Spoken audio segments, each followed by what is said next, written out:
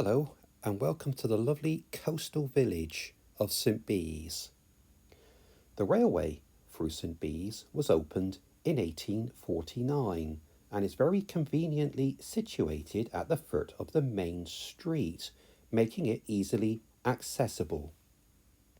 The benefits on the community were the ease of transporting passengers and cheaper goods from outside the village, as the railway opened the village up to easy access without the difficulty of the very steep roads. The railway also made it easy to export the fine St Bees red sandstone. Huge tonnages were quarried, much of it for buildings in Barrow in Furness. For a while, St Bees had the distinction of having two railway stations. The St Bees Gulf Halt was provided about a mile south of the village to cater for golfers visiting the old course, which was situated at that time between St Bees and Corderton. St Bees Gulf Halt was closed at the end of the First World War. Today, St Bees is one of the mandatory stops on this section of line, with all trains calling here. It is the location of the only passing loop on the lengthy single-track section between Whitehaven and Sellafield, and trains are often scheduled to pass each other at this station. The station also has a 24-lever signal box, which was opened in 1891 to meet the heavy traffic demands of that time. In December 2013, the box was designated a Grade 2 listed building, being one of the few in the UK built in the arts and crafts style. The level crossing is controlled by the signalman, who is also responsible for delivering the key tokens for both single-line sections to each of the train crews before the trains are able to proceed. In my 1861 Bradshaw's Guide, George Bradshaw said, "At St Bees, so called from St Begga, an Irish saint who founded a monastery at this place in the year 650, is the church of an ancient abbey, part of which is used as a college, founded by Bishop Law in 1817 for clerical students, and in which many of the clergy have been educated. Today, St Bees Priory are a congregation of people who live and share their faith in and around this beautiful coastal village. The Priory is open to visitors and worshippers 7 days a week. The Priory holds a number of treasures from its 900-year history. St Bees Man is one of the most well-known. It's a name given to the extremely well-preserved body of a medieval man discovered in the grounds of St Bees Priory in 1981. Across the road from the Priory is St Bees School. It's a co-educational independent school in the English public school tradition. It was founded in 1583 by Edmund Grindal, the Archbishop of Canterbury, as a boys' free grammar school. The school grounds occupy approximately 250 acres, and the oldest buildings date from the late 16th century. The buildings around the main quadrangle in the foundation block are Grade 2 listed.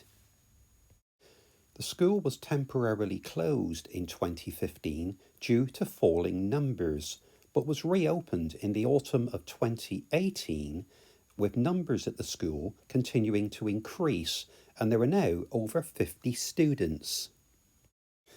Former pupils of the school include 2 Vice-Chancellors of the University of Cambridge, a number of professors, and 3 Victoria Cross recipients. The comedian and actor Rowan Atkinson also attended the school as a pupil. One of the aims of the school is to provide an opportunity for pupils to appreciate the arts, and particularly the performing arts. Music is also featured strongly in the curriculum.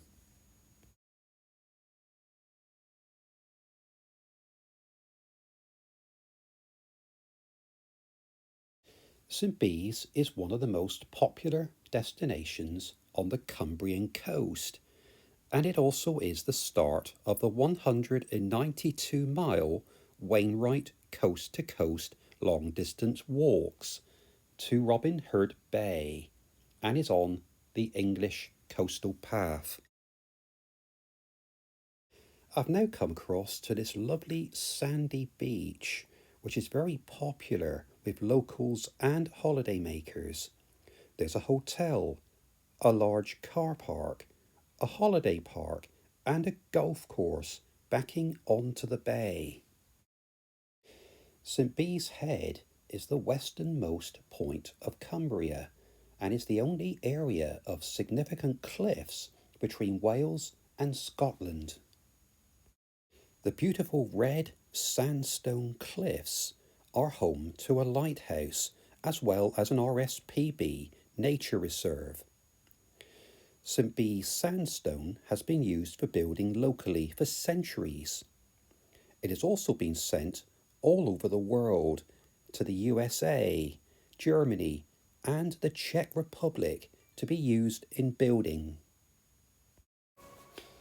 The village, along with the beach, is just a 10-minute walk from the railway station, and there's plenty of accommodation, cafes, bistros, and restaurants. In fact, St Bees enjoys the benefits of the Lake District without the hustle and bustle of the more populated tourist destinations.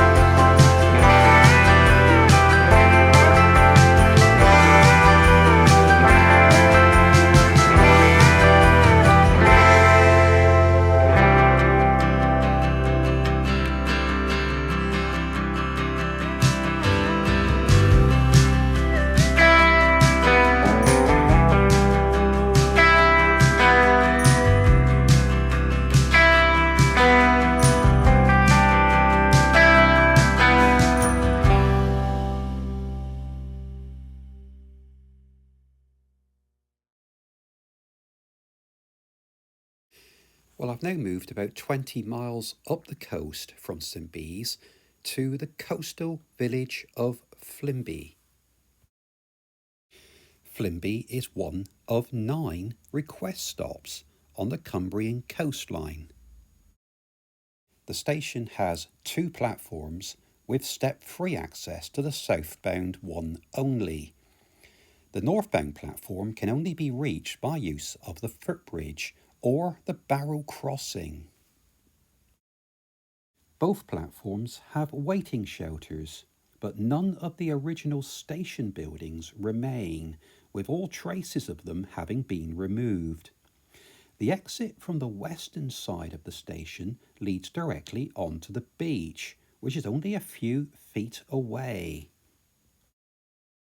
As I mentioned earlier, Flimby is a request stop, but the station lost its request stop status between the 30th of November 2009 and the 28th of May 2010, following the introduction of an hourly shuttle service between Maryport and Workington, with all trains stopping at the station. This was done to cope with a large increase in passenger numbers because flooding had forced the closure of both road bridges across the River Derwent at Workington, the rail bridge remaining as the only river crossing in the area. In January 2014, the line closed for a week because of storm damage to the track just to the south of the station. I was very pleased to learn that Flimby Primary School adopted the station back in 2019 and have been doing an excellent job transforming both of the platforms and making the railway station more appealing. During the first COVID lockdown in 2020, the school launched an exciting new project which they called Our Flimby, which was via their Facebook page. The idea was to encourage the local community to go out and explore the village, taking photographs of their favourite places and to put these forward for display at the railway station. Flimby Wind Farm, which is sited behind the town, is expected to generate enough electricity to power over 3,300 homes.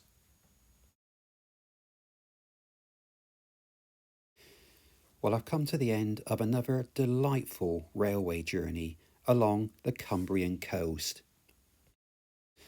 I think what appeals to me most is the way that this railway line hugs the coastal margins for much of its length.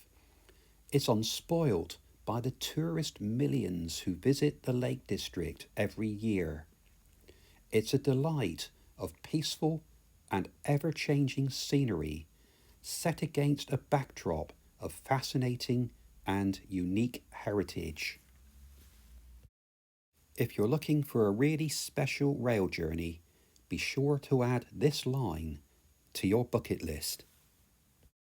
There is so much more to see, to do and explore, and I'm sure I'll be back on this line again really soon. But in the meantime, I hope you've enjoyed watching this video. So until the next time, from me, Stephen Bennett, take care. Bye-bye.